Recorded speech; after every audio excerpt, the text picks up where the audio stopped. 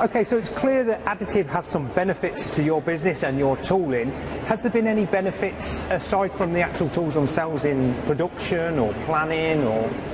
Well, the main advantage that I've found with the Metal X printer is if a customer just wants a bespoke one-off tool.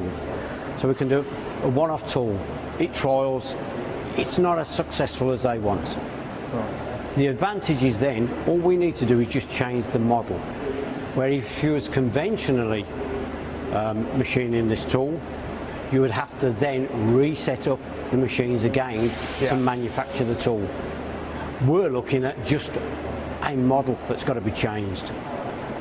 From the model being changed, we download back onto the printer and away we go. So we can have a design change within a day. Okay, and I guess it allows your production plant to be still manufacturing those tools that you're selling regularly rather than taking it down just to make a tweak on one single tool. Well, that's it, yeah. The big advantage is the fact that you've not got to set up lots of machines to produce a tool.